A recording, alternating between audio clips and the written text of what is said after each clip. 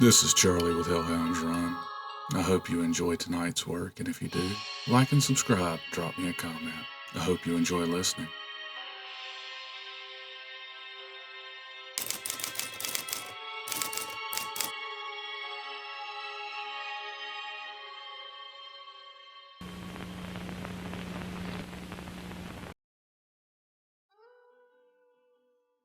Tonight's episode of Dave's Adventures in the Hellhound verse is called Necro Business. I hope you enjoy. Hi, it's me again, Dave from the Hellhound Bar. And wow, do I have another story for you. This one was very different for me, so you'll just have to hear it and you can judge. For myself, I'm kind of becoming numb to the weirdness factor. I mean, tentacles, demons, hunters, my boss, they just all kind of become one great whoopee of weirdness. And I and the fearless gerbils just can't keep up anymore. There's a limit to what a simple bartender can deal with.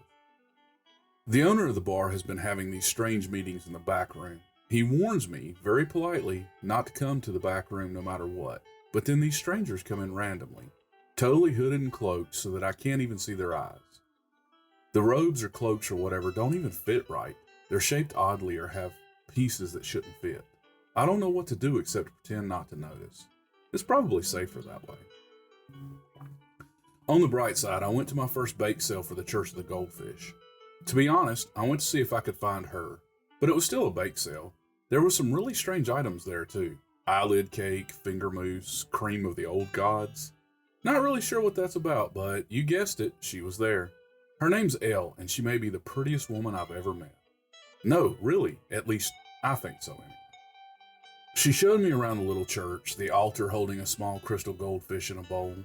It glowed with purple light.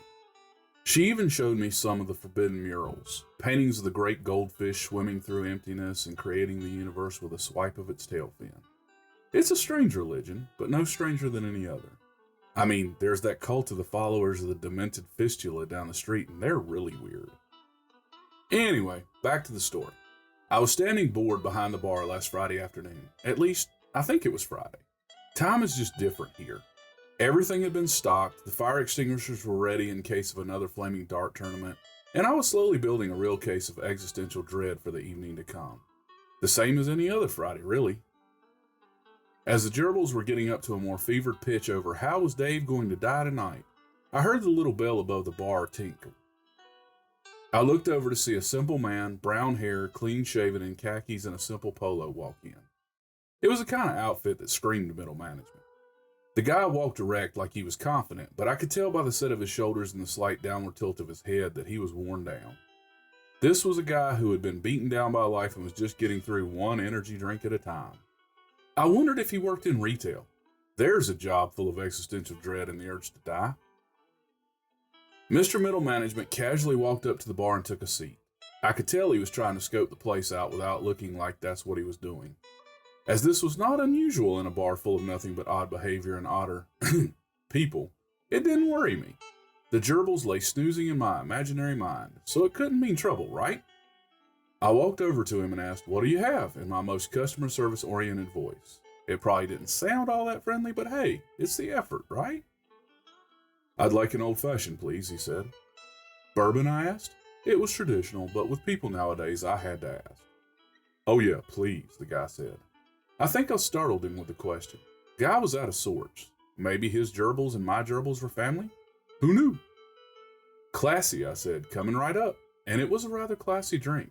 Versions of the old-fashioned were being tried by bartenders as early as the Prohibition era in America.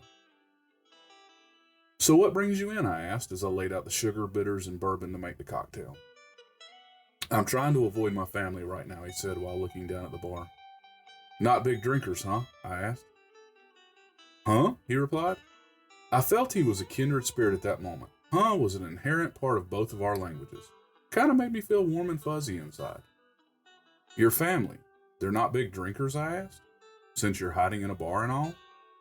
"Oh," he said charmingly, and looked like he was trying to catch up on the conversation. Dude was definitely a long-lost cousin, had to be. If not in body, at least in spirit. "No, not really what I meant," he said, and looked uncomfortable. "You see, my family is really powerful, and they've been hounding me for years to come back to the family business, and it's just not a life I want." Hey, a life with money can't be all that bad, right? I asked, and gestured vaguely at myself. I didn't really mean to say I was poor, but let's be real. I didn't work here for the thrills. As a matter of fact, why did I work here again? Money, he asked. Oh, but he was elegant in his speech. It was beautiful. Money means powerful, doesn't it? I asked.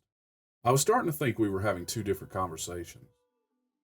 Oh, they have money, but it's their power that scares me. They must be politicians, I said wisely. That's me, your local detective behind the bar. A sage, really. Intelligence with a capital I. They're necromancers, Dave, he said flatly. They raise the dead for money.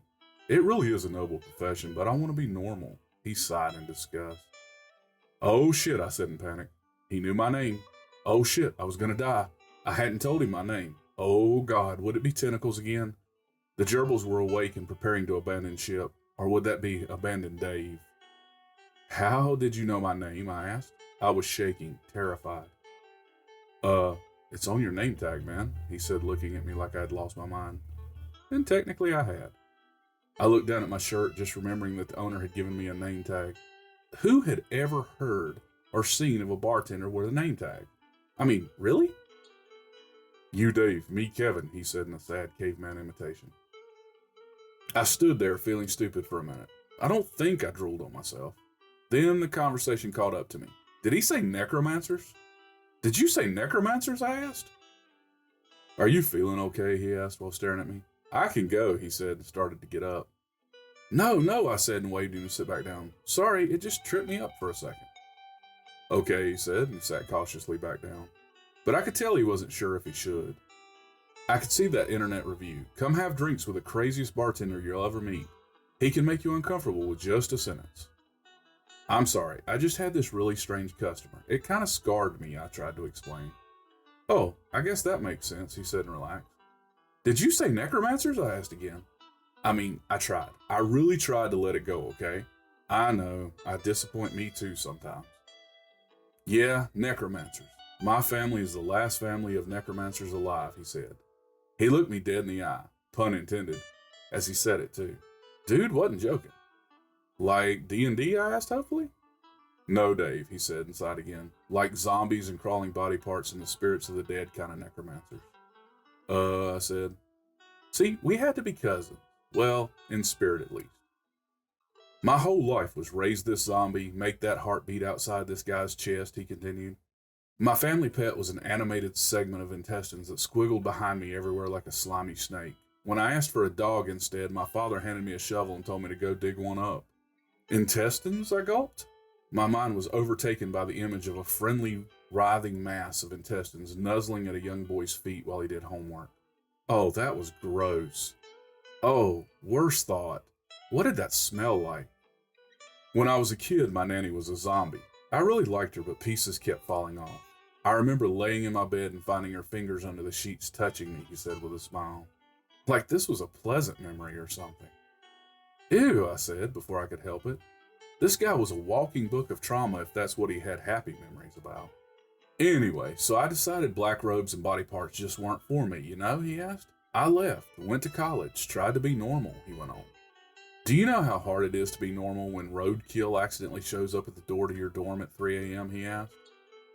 Guess that makes it hard to feel normal, huh, I asked. They didn't tell me that if I didn't use my power, it'd find a way to work without me, he said. No one bothered to mention that driving by a cemetery on a date would result in zombies following me to my girlfriend's house just as we were getting naked. Well, if she had a zombie fetish, I started, then shut up. Hey, it's a thing. I wouldn't know. I heard about it once, okay? Oh, dude, he said with a sick look of horror. You're not one of those zombie groupies, are you? The kind that follow murder mystery shows and fantasize about being murdered, he asked. That's a thing, I asked, my eyes widening in shock. That's the tame version, he said and laughed. I really don't want to know, I said. Oh, please, I did not want to know. All through college, my family wanted me to settle down and start having kids. Maybe build a small castle near a large cemetery or something. Like that was my dream. A wife, 2 kids, a moat, and a zombie named Spot, he said. So what did you do? I asked. Look, I was invested, okay? The gerbils were holding up mental signs stating turn back now, but I just couldn't. I got a job. Human resources manager for a large business firm. I figured human resources was a pit of evil and despair, so I would fit right in, he explained. Yeah, it does seem that way, I said, thinking back to my own days in the corporate world. Honestly, he didn't seem evil enough for human resources. I mean, don't you have to have a personal letter from a greater demon to work in that field? It was great, he said with the first real enthusiasm he had shown. I mean, there were no burning coals or barbed wire whips, but it was a good job. I didn't really like how my boss enjoyed torturing the employees mentally and financially, but hey, he was the boss, he said and shrugged. Yeah, I guess that could be a problem, I said wisely. I didn't understand what he was talking about really, but hey, when in doubt, make it look like you know what's going on. At least, that's how I did it. No wonder I work here. It was all going well. My family didn't have a clue where I was at, and I was starting to get noticed, right? He said, clearly expecting me to agree. Sure, I mumbled. I wasn't sure at all, but maybe if I agreed with him enough, he'd tip well. Then one day last week, my boss has a heart attack at the weekly staff meeting, he said. I didn't think anything about it. I just started doing CPR. It had been so long since my power cut loose, he said and shook his head. Oh no, I said, dreading what came next. 1 second he was purple and stone dead. The next he had jumped up and bit his receptionist right on the ass. I busted out laughing. I couldn't help it. That's a new definition for sexual harassment, I said and snorted. It's not funny, Dave, he said. He bit a huge portion out of her ass and she almost bled to death. Well, was she hot? I asked innocently. Hey, I mean, I could understand if she was cute and all. No, Dave, he said with a shiver. She was 60 and about 400 pounds. Honestly, if he hadn't been a zombie, he would have never been able to chew through the granny panties, he said and started laughing himself. The mental image was just too horrifying. To die, become a zombie, then have to bite through granny panties? That's its own hell. So they fired me, saying I caused the issue, he went on. Never mind that they had no idea what I was just the scapegoat. And do you know what's worse, he asked. The gerbils were screaming at me not to make a smart aleck remark, but do I listen? He had shitty breath, I asked. The next day I hear a knock at my apartment door, he said, obviously not hearing my comment in the retelling of his story. My whole family was waiting in the hallway, dressed in their black robes with their incense and chanting. They had even brought one of the girls from the local village. While I'd been gone, they had been grooming her to be my wife. Was she, alive, I asked? It was sick, I know, but inquiring minds need to know these things. What? He asked in shock and stared at me. Well, I didn't know, I stumbled. Of course she was alive, Dave, he said in disgust. Just because we raise the dead doesn't mean we mate with them. No matter what Uncle Leroy says, he said, then trailed off blushing furiously. I let that one go. All of you would have been so proud of me. Even the gerbils did a happy dance. For once, I didn't give in. I gave myself a little pat on the back. Okay, I lasted for 3 seconds. So, no cold packing, huh? I asked. He had just taken the last sip of his old-fashioned and choked. Coughing furiously, he was obviously trying not to choke to death. Dude, that's gross, he wheezed before devolving into fits of laughter. You're a sick man, Dave, but I like it. Thank you. I needed that, he said and slowly stood to leave. As he walked towards the door, I said, stop by sometime. Let me know how it works out. He turned back to look at me and his eyes glowed with a black fire. Oh, you'll see me again, Dave. Don't worry. Maybe I'll invite you to the wedding. And with that, he left. I didn't know whether to be excited or scared, really. They always say to beware the zombie raisers, right? This is Charlie with Hellhound's Run, and I hope you've enjoyed tonight's story. And if you have, don't forget to tune in next week for Gert's story, narrated by Scarlett Brown. I hope you enjoy, and thanks for listening.